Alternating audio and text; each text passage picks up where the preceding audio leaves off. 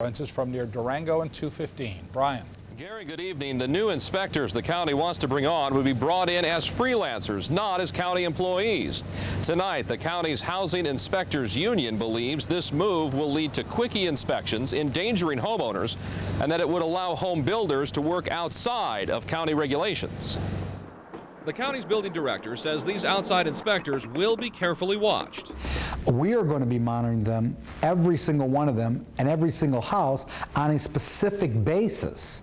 Upwards of 400 home inspections a day go undone because there are not enough inspectors on staff, and hiring them is easier said than done.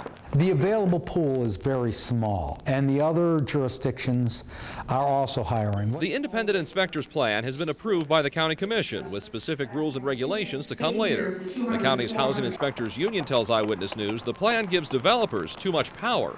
The bad move is when you leave the developers in charge of their own inspections. Clark County Housing Inspector Zach Garibian says the way this plan reads, allowing developers to request their own county inspector to speed up approval, opens the door for corruption. These inspectors will not work for the builder. They will work for the Clark County Building Department.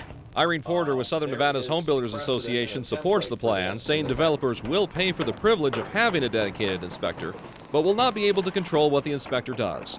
The county's Housing Inspectors Union disagrees, saying developers already offer bribes. We do not take gifts of any sort, and if you provide us gifts of any sort, we either return them to you or we donate them to charity. Irene Porter says that allegation is hogwash. Absolutely. Absolutely. Has been from the very beginning.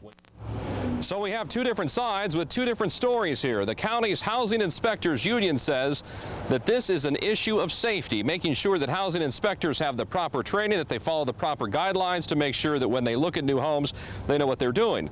But it is the opinion of both the Clark County Building Division and the Southern Nevada Home Builders Association tonight that this is really about politics. They believe the unions involved are simply interested in boosting their membership, something they will not be able to do if freelancers are brought in, because the freelancers are not county employees.